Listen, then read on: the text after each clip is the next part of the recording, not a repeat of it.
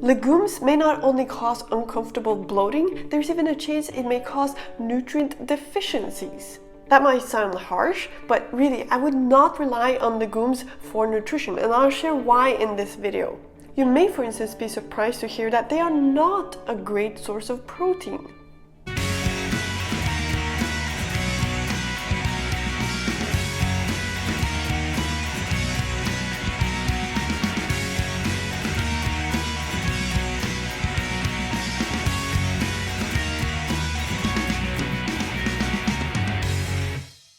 Hi, I'm Ingunn, a Norwegian Viking living in Canada. I'm here every week to share the no BS truth about weight loss, fitness, and healthy lifestyle. It's based on science, it is made super simple. Common legumes include lentils, peas, chickpeas, beans, soybeans, and peanuts. And yes, peanuts are actually legumes, not nuts. Now, first, let me just say this. I don't eat legumes, however, I rarely cut anything out of my life completely. I believe it's good to live a flexible lifestyle and to expose our bodies to things that are not so great from time to time. So, I will eat legumes if they are served to me, meaning it's not like I never ever eat them, but I don't choose to include them in my cooking when I'm cooking for myself at home. Why? Well, there are three main reasons. Number one, they contain anti-nutrients. So what are anti-nutrients? Anti-nutrients are actually part of a plant's defense mechanism against insects and other animals that might actually consume them. Plants cannot run away from an organism that wants to eat them. And believe me, plants do not want to get eaten unless it's for their own good. Meaning, for instance, fruits that contain seeds that they want us to help them spread out. However, they don't want us to consume the seeds, meaning actually digest them. That would destroy the seed. And seeds are the plant's most valuable part. It's their babies, if you'd like. So the plant will protect them the best it can, for instance, through anti-nutrients. And legumes are the seeds of the legume plant. Or that's what we usually refer to as when we say legumes. Actually, raw legumes is quite dangerous. Raw kidney beans, for instance, has been said to be poisonous due to a certain type of anti-nutrient.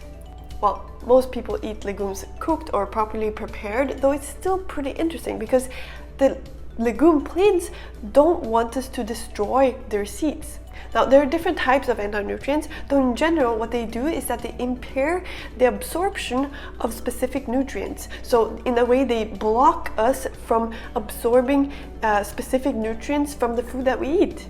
Let's look at a few of the anti-nutrients that we find in legumes. For instance, phytates or phytic acid.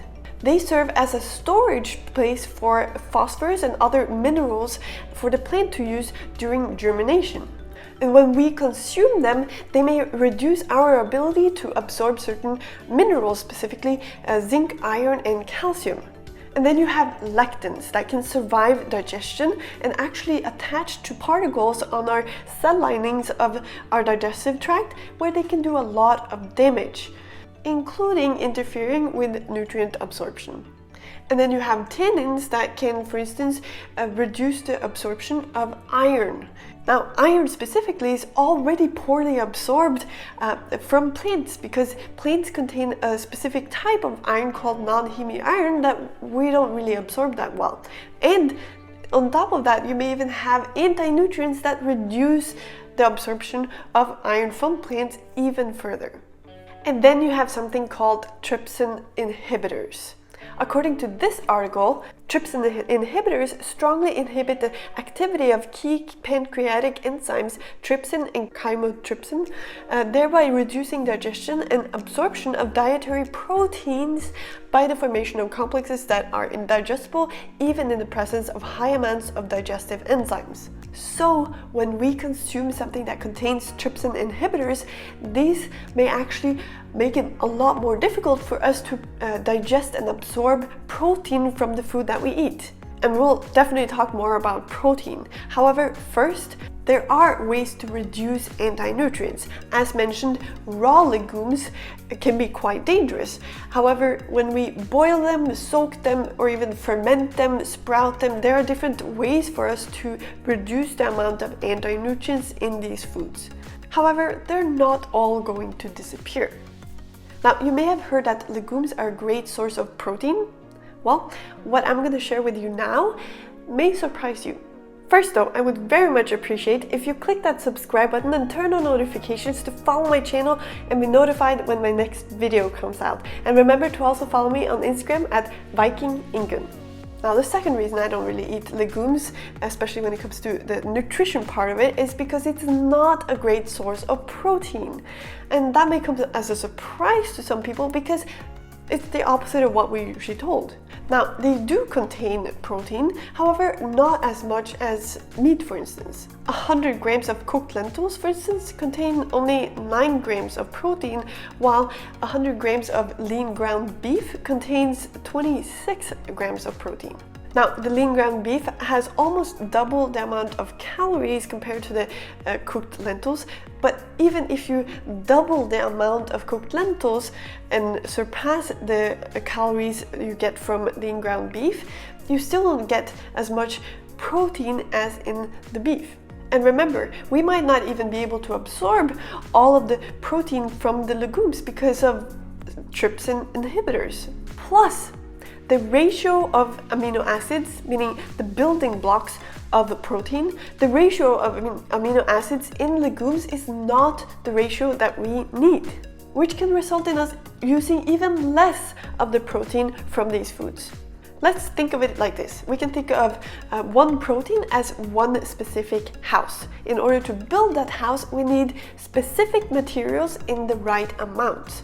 We need, for instance, the foundation, the wood panels, the door, the windows, the roof. These are the amino acids, the building blocks of the protein. Now, if we are running low on some of these building blocks, the house does not become complete. The protein does not become complete. And we don't have use for an incomplete house or an incomplete protein, and therefore we simply discard of all of those materials that would have made a nice house. However, because we can't complete it, we simply discard of all of it. Which basically means we will use the amount of protein from these foods until we run out of one of the amino acids, which we can call the limiting amino acid, and then we simply discard of the rest, meaning we don't even use all of the protein that we absorbed. The limiting amino acid in legumes is methionine. Now, for those who get the protein that they need from other sources, for instance, animal sources, this isn't really much of an issue. However, for those who want to rely on legumes for protein, it's something to certainly keep in mind. Now, the third reason I don't like to eat legumes is because they can cause bloating. Legumes contain something called FODMAPs, which are short-chain carbohydrates that don't really get digested, and when they reach further down the digestive tract into the colon, they get fermented by bacteria that live in the colon, and then this fermentation process produces gas, which can of course be quite uncomfortable and unpleasant. So those are the 3 main reasons I don't really eat legumes. Now, you might ask, is this really that bad? Again, I believe in having a flexible lifestyle and exposing our body and specifically our metabolism to things that are not that great from time to time can be a good thing. But that does not mean I would eat legumes on a daily basis, especially not with every meal.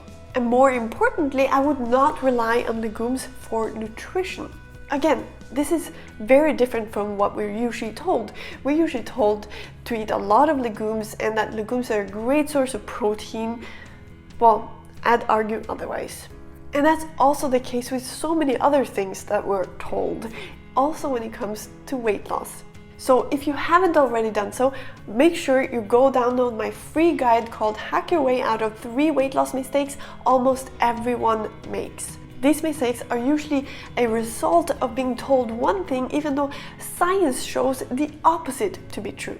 Losing weight does not need to be a miserable experience, so head over to vikingingun.com and download this free guide right now.